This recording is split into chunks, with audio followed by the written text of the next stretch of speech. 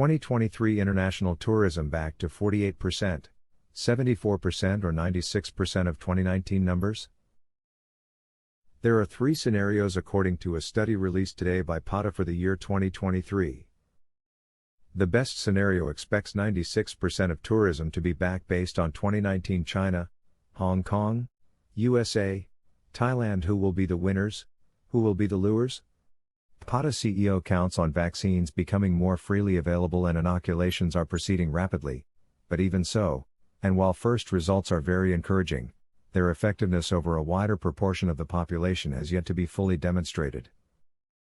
In 2023, North America, the Caribbean and South America could welcome 96.5% of all international visitors back compared to 2019.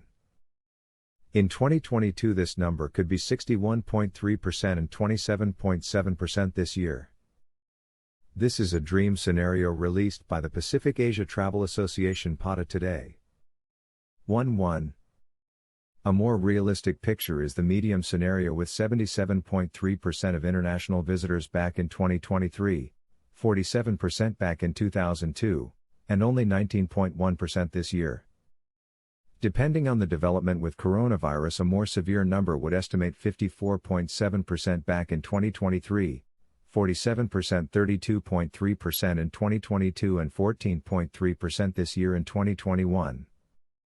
This is according to the full report of the Asia-Pacific Visitor Forecast 2021-2023 released today by the Pacific Asia Travel Association PATA, where three growth prospects for international visitors into and across 39 Asia-Pacific destinations are made, covering mild, medium and severe scenarios.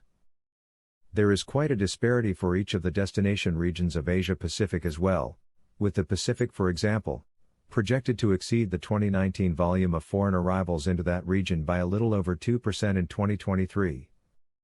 Under the medium scenario, that proportion is expected to reach around 78%, while under the severe scenario it is likely to remain at just 52% of the 2019 volume. The Americas is in a somewhat similar situation, however, as the 2023 proportion of IVAs relative to that of 2019 is still expected to fall short under the mild scenario, although only by a minimal margin. The medium and severe scenarios present a similar reduction in the proportions of IVAs in 2023 relative to 2019, to those of the Pacific. Asia, known as a powerhouse for international arrivals into and across the Asia-Pacific region, will experience similar figures to what is expected for the Americas under the mild scenario. However, the medium and severe scenarios could fall back even further. In the latter scenario, for example, the report projects that IVAs into and across Asia-Pacific could fall back to less than half of the 2019 volume by 2023. 4.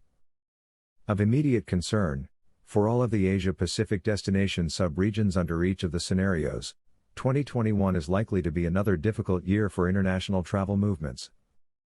Any growth is likely to be extremely uneven, and for some sub-regions may be further below the levels of 2019 and even those of 2020. 5.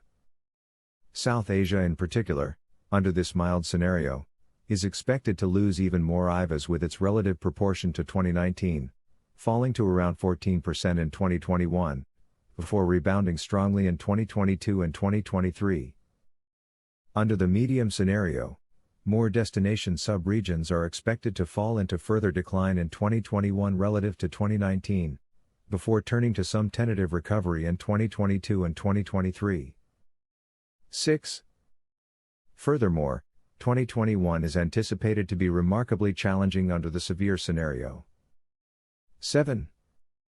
At the destination level, the top 5 Asia-Pacific markets by volume of IVAs received do not change much in order of importance and hold relatively steady positions under each of the scenarios. While there are some rank order changes, these are minimal. In addition, under each scenario, the top 5 destinations routinely account for more than half of the total IVAs into the region. 8. Of interest is the finding that China fell from its position of dominance in 2020, but is expected to regain this position from 2021 onwards. Under the severe scenario, this takes a little longer, with China returning to the first position in 2022.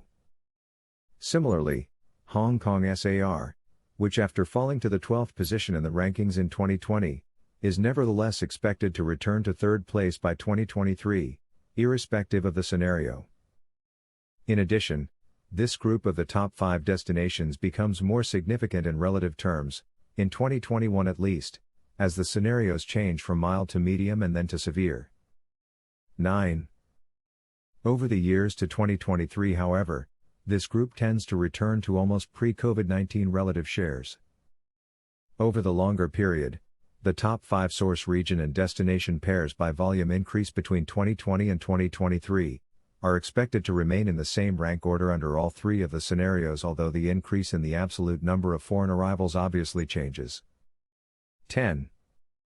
The top 5 group increases in relative importance as the scenarios change, moving from almost 48% of the total IVA increase under the mild scenario to 49% under the medium and 52% under the severe scenario. PATA CEO Dr. Mario Hardy stated, "Calendar year 2021 is likely to be difficult for most destinations, with almost 40% of the 39 destinations covered in these forecasts falling even further from the low point of arrival numbers in 2020, even under the mild scenario. In the case of the medium scenario, that proportion is likely to increase to 85%, while under the severe scenario it could well be the case for all 39 destinations."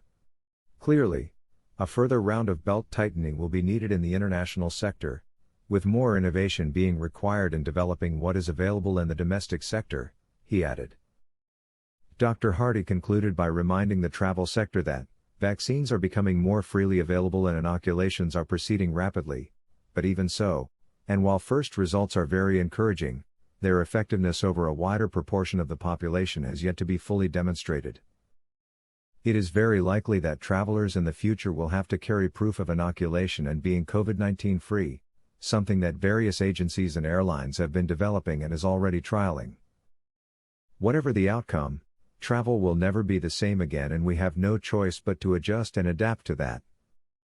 U2.B